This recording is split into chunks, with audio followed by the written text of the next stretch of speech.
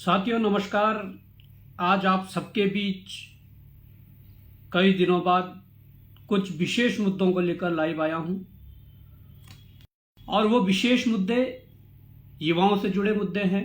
वो विशेष मुद्दे इस प्रदेश से जुड़े हुए मुद्दे हैं। वो विशेष मुद्दे कहीं ना कहीं हमारे नौजवानों से और बेरोजगार युवाओं से जुड़े हुए मुद्दे हैं।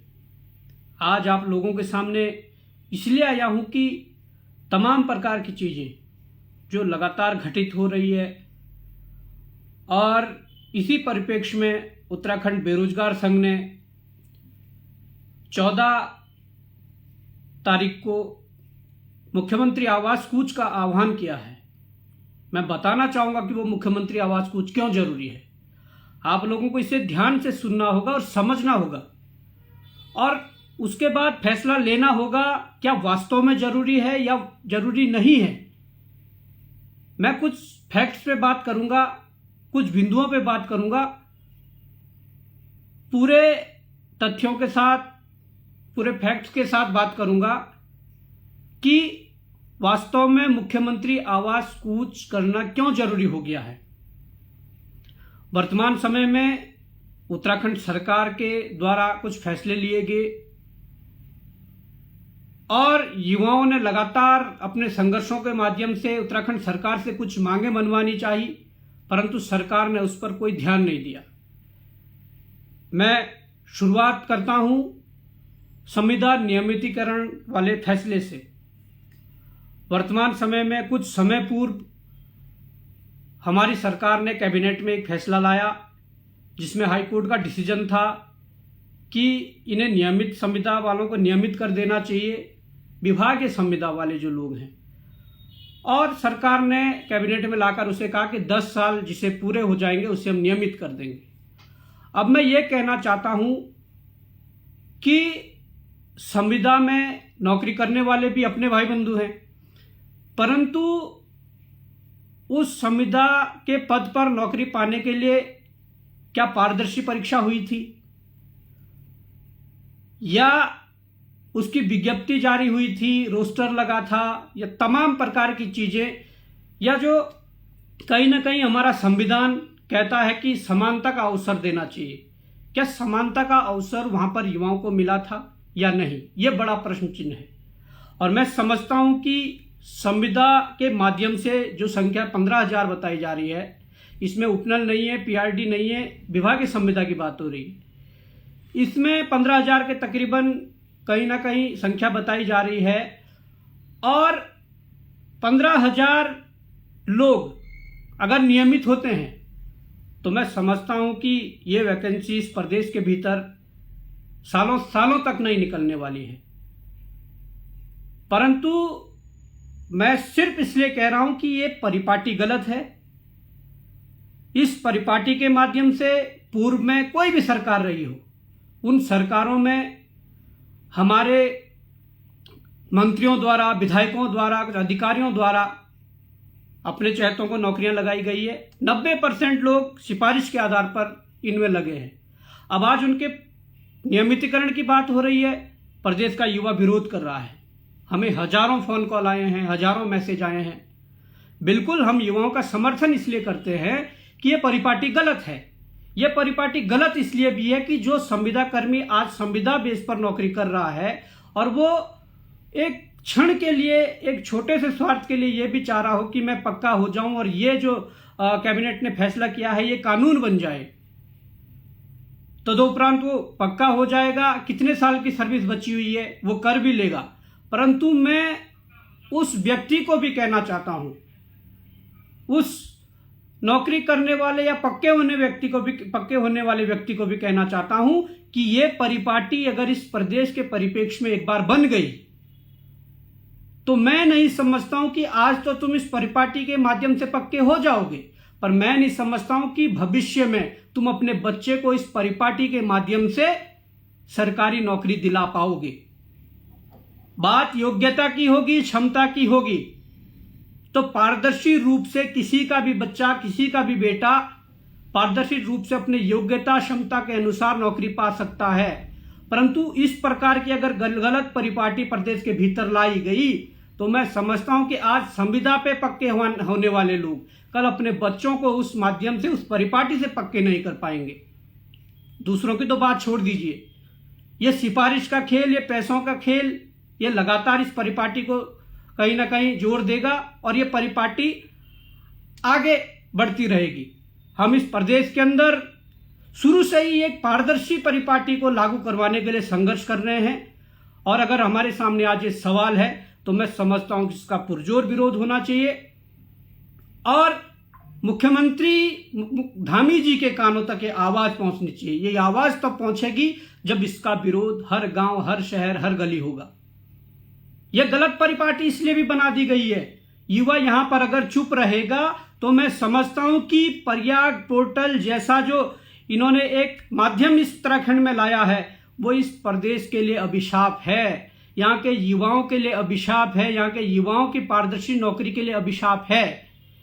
प्रयाग पोर्टल की स्टडी हमने जब देखा तो उसमें पाया गया कि अभी हाल ही में पशुपालन निदेशालय में कुछ चतुर्थ श्रेणी के पदों पर कुछ वैकेंसी प्रयाग पोर्टल के माध्यम से निकली है। कुछ गढ़वाल के, कुछ कुमाऊं के जिले उसमें सम्मिलित है जिन्होंने ये निकली थी। उसमें 195 पदों के लिए ये वैकेंसी निकली थी। उसके बाद उसमें 500 कुछ लोगों को बुलाया गया इंटरव्यू के लिए और उसके बाद छटनी हुई, परंतु जो फॉर्म भरने से लेकर और इंटरव्यू तक पहुंचने की जो प्रक्रिया है वो क्या है, वो अगर आप जानोगे तो आप चौंक जाओगे। वहां पर आपकी मेरिट नहीं बनने वाली, वहां पर आपकी क्वालिफिकेशन नहीं देखी जा रही, वहां पर यह नहीं देखा जा रहा है कि कौन योग्य है, कौन अयोग्य है, किसको बुलाना है, किसको नहीं। यहां पर सिर्फ रैंडमली उठाया जा रहा है और वो आपको पता कि रैंडमली कौन उठेगा, रैंडमली रसूखदार उठेगा, सिफारिश वाला उठेगा, क्योंकि वहां पर तो अवसर की जो समानता हमारे संविधान ने हमें दी है वहां पर नहीं दी जा रही है। अवसर की समानता फॉर्म फिलअप करने के लिए दी जा रही है, परंतु जब उसकी काबिलियत की बात आती है, योग्यता की बात आती है, क्षमता की बात आती है तो उसके लिए अवसर की समानता नहीं दी जा रही है। क्योंकि जिस तरीके से अभी हाल ही में बीआरपी और सीआरपी के पदों पर भी वहीं पर भर्ती होनी है और उसमें 900 के तकरीबन पद है और उन पदों के लिए 2700 के तकरीबन 2800 के तकरीबन लोगों को बुलाया जाएगा, परंतु वहां पर ना तो मेरिट के माध्यम से बुलाया जाएगा, वहां पर ना तो शैक्षिक योग्यता के आधार पर बुलाया जाएगा, ना वहां पर कोई ऐसा क्राइटेरिया है कि कौन योग्य है कौन अयोग्य है। सीधे वहां पर भी रैंडमली उठाया जाएगा और आपको यह पता है कि रैंडमली कौन लोग उठने वाले हैं। अगर प्रयाग पोर्टल इस प्रकार की परिपाटी के माध्यम से सिलेक्शन प्रोसेस करवाएगा तो मैं समझता हूं कि यह प्रयाग पोर्टल इस प्रदेश के अंदर इन हमारे युवाओं के लिए एक अभिशाप है और इसका विरोध होना चाहिए। यह प्रयाग पोर्टल या तो अपनी नीतियों में बदलाव लाए या यह पूरी तरीके से बंद हो। मैं समझता हूं कि जिस प्रकार से लंबे समय से हमारे युवा साथी मेहनत कर रहे हैं, पॉइंट नंबरों से रह जा रहे हैं, एक आधे नंबर से रह जा रहे हैं, और जब सरकार से लगातार ये मांग की जा रही है कि क्लब वेटिंग का जो प्रावधान है वो लागू किया जाए, उसमें वेटिंग निकाली जाए, तो क्यों सरकार के कानों में जूं नहीं रेंग रही है। मैं ये कहना चाहता हूं, क्या जिस व्यक्ति की उम्र सीमा समाप्त हो रही है और वो आधे नंबर से रुक जा रहा है, 0.25 से रुक जा रहा है, क्लब वेटिंग का प्रावधान क्यों नहीं? और अगर तुम क्लब वेटिंग का प्रावधान नहीं कर सकते हैं तो मैं समझता हूं कि तुम्हें क्लब एग्जाम नहीं करवाने चाहिए। तुम एक एक उसके विभाग के पेपर अलग अलग करवाइए, एक एक पे ग्रेड वाले जो अलग अलग है उनको अलग करवाइए।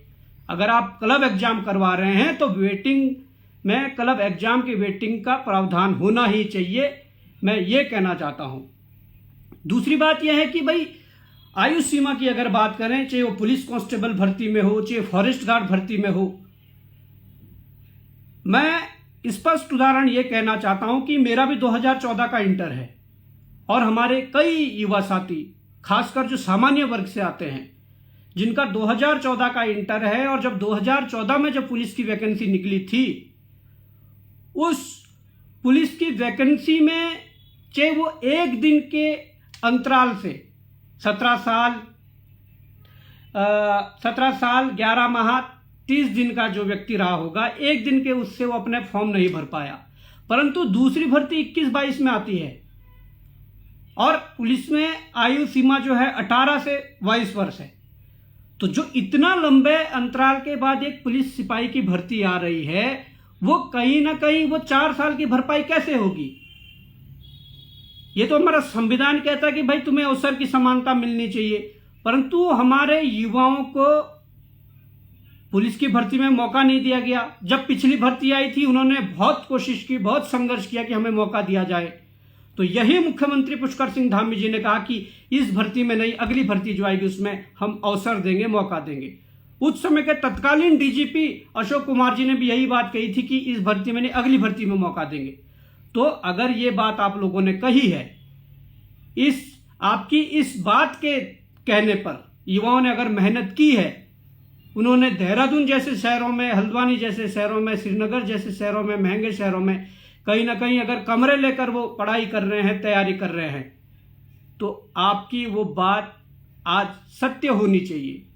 और अभी तक तो ये दिखाई नहीं दिया, चाहे वो आंदोलन के माध्यम से हो, सचिवालय कूच, मुख्यमंत्री आवास कूच के माध्यम से आपने वार्ता के लिए, मीटिंग के लिए समय दिया, परंतु आप लोग मिले नहीं।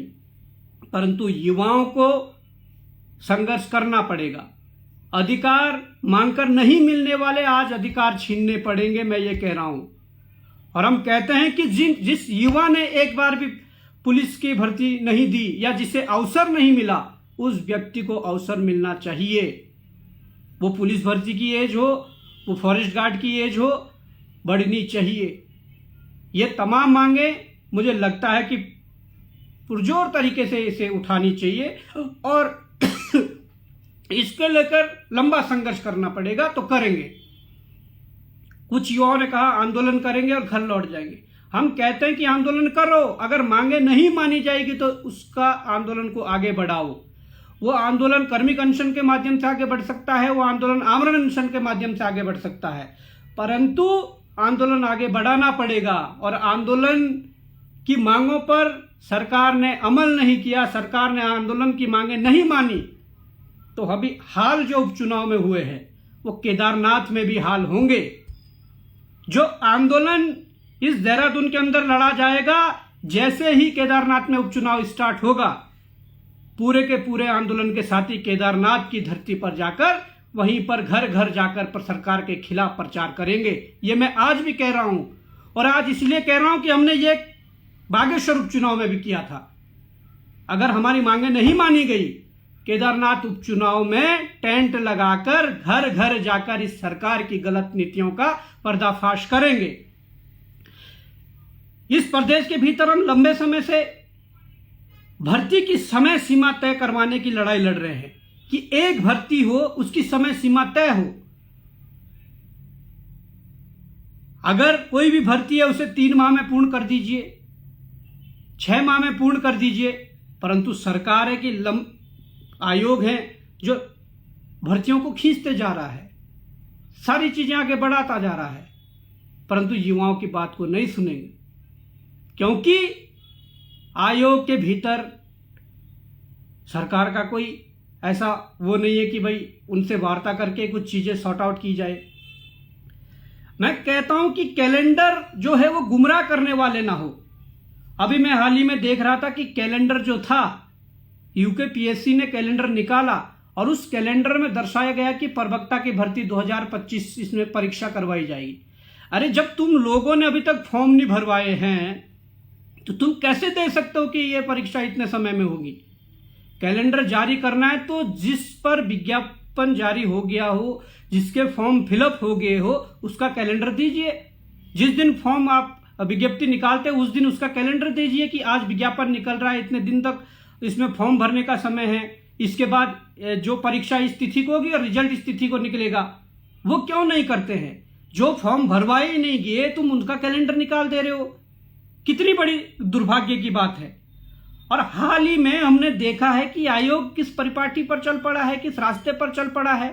यूकेएसएससी की बात करूं तो स्केलर में जो पाठ्यक्रम जिस प्रकार से आउट ऑफ सिलेबस की बात युवा कर रहे हैं, एलटी भर्ती परीक्षा में जिस प्रकार से आउट ऑफ सिलेबस की बात कर रहे हैं, मैं आउट ऑफ सिलेबस तो उसे नहीं कहूंगा, पर मैं यह जरूर कहूंगा कि जब आप लोगों ने पाठ्यक्रम दिया है, उस पाठ्यक्रम में जब आपने ये तय किया है कि भाई ये जो विषय है ये इंटरमीडिएट लेवल का आएगा, हाई स्कूल लेवल का आएगा, ये तरीके की चीजें होंगी, ये होंगी, तो क्या उसमें से पेपर नहीं बन सकता है?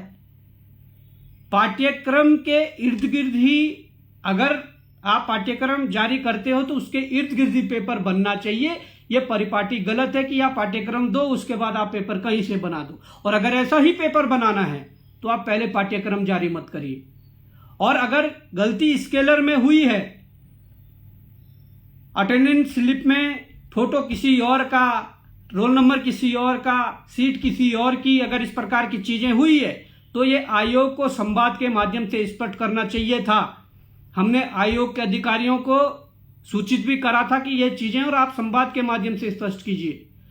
आयोग के अधिकारियों ने यह कहा था कि हम संवाद के माध्यम से इसे स्पष्ट करेंगे, परंतु मुझे लग रहा है कि गलती बहुत बड़ी है।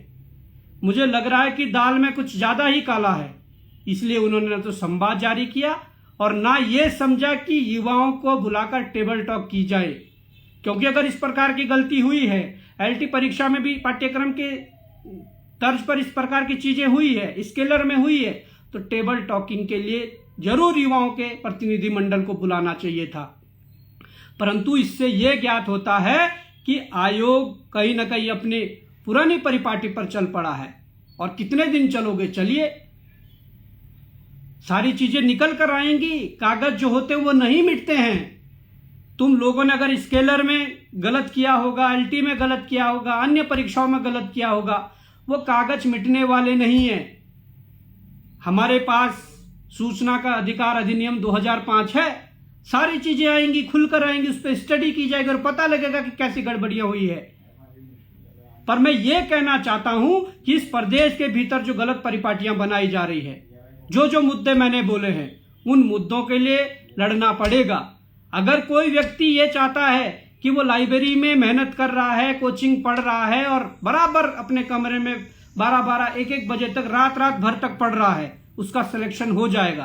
परंतु अगर इस प्रकार की परिपाटी इस उत्तराखंड के अंदर बनी, जिस प्रकार की परिपाटी चाहिए, वो संविदा कर्मियों को नियमित करने की बात हो, चाहे वो यहां पर प्रयाग पोर्टल के माध्यम से अपने चेतों को फायदा पहुंचाने की बात हो, या मैं बात कहूं कि असिस्टेंट प्रोफेसर में जिस प्रकार से एपीआई स्कोर लगाकर जो नौकरी देने की बात हो। अब हालात ये है कि एपीआई स्कोर क्या है? एकेडमिक परफॉर्मेंस इंडेक्स जो बनता है, उसमें असिस्टेंट प्रोफेसर के लिए हमारे उत्तराखंड में पूरे भारतवर्ष के जो लोग हैं, तमाम यूनिवर्सिटियों से पढ़े हुए लोग हैं, वो अप्लाई करते हैं। दिल्ली जैसी यूनिवर्सिटी में वहां 80, 85, 90, 95% लोग वहां पर अपने स्कोर बनाते हैं। और हमारा उत्तराखंड एचएनवी, श्रीदेव सुमन ओपन यूनिवर्सिटी कितना परसेंटेज बना लेते हैं हमारे लोग? 55, 60, 65, 70, 75, इससे ज्यादा कहां बनता है। पर हमारे इस प्रदेश में असिस्टेंट प्रोफेसर के पदों के लिए जब विज्ञापन जारी होता है और उसमें शर्त लगा दी जाती है कि एपीआई स्कोर के माध्यम से सिलेक्शन होगा, तो बड़ा दुख होता है। दुख इसलिए होता है कि हमें पता है कि एपीआई का अगर लगेगा तो हमारा उत्तराखंड का बच्चा ज्यादा नहीं निकल पाएगा। कैटेगरी वाले लोग तो फिर भी थोड़ा बहुत निकल लेते हैं, परंतु सामान्य वर्ग का क्या होगा? उस एपीआई के माध्यम से हमारे यहाँ के युवा बाहर हो रहे हैं। और आप इस बार का जो है रिजल्ट आप असिस्टेंट प्रोफेसर का उठाकर देख लेना कि कैटेगरी को छोड़कर आप जर्नल में जाना कि कितने लोग उत्तराखंड के हैं और कितने नहीं है। क्यों ये सरकार हमारे युवाओं की गर्दन पर आरा चला रही है? क्यों उनकी पेट पर लात मार रही है? कह रहे हैं कि डेमोग्राफी बदल गई है। अरे बदलेगी, जब तुम नियम इस प्रकार के बनाओगे तो डेमोग्राफी बदलेगी। मैं ये कहना चाहता हूं कि जिन बिंदुओं पर भी हमने बात की है, उन बिंदुओं पर युवाओं को अमल करने की जरूरत है और युवाओं को अपने संघर्ष को आगे बढ़ाने की जरूरत है। ये उत्तराखंड में शुरू से रहा है कि यहां पर अगर सड़कों पर नहीं उतरोगे तो तुम्हारे अधिकार नहीं मिलेंगे। अभी देखा, सुबह मैंने एक अखबार पढ़ा कि जिसमें देखा गया कि टिहरी झील में हमारे पार्किंग का जो काम है वो हरियाणा के एक ठेकेदार को दे दिया है। अरे तुम्हें यही सब कुछ रह गया है? यहां इतने बेरोजगार हैं, वहां उतने टिहरी झील में विस्थापित लोग हैं, या वहां पर जो डूब क्षेत्र के लोग हैं, जो प्रभावित लोग हैं, उन लोगों के लिए तुम्हारे पास कुछ नहीं है। तुम हरियाणा से ठेकेदार बुलाओगे, गुजरात से ठेकेदार बुलाओगे, कहीं और से ठेकेदार बुलाओगे, और अपने युवाओं के तुम मिस कॉल मारकर तुम पार्टी ज्वाइन कराओगे, और अपने युवाओं से तुम पार्टी के झंडे डंडे बुकवाओगे। इस प्रकार की परिपाटी इस प्रदेश को गर्ज की ओर ले जा रही है। और मैं कहना चाहता हूं कि जिन बिंदुओं पर भी हमने बात की है, उन बिंदुओं पर इन युवाओं को, हमारे युवाओं को एक बार सोचने की जरूरत है कि ये प्रदेश किस ओर जा रहा है। और मैं कहना चाहता हूं कि इस लड़ाई में हम मजबूती से खड़े हैं। इस लड़ाई को जिस भी प्रकार से लड़ना पड़े, अपने अधिकारों के लिए जागरूक होना पड़ेगा, युवाओं को एकजुट होना पड़ेगा। युवा एकजुट होगा तो ये बात भी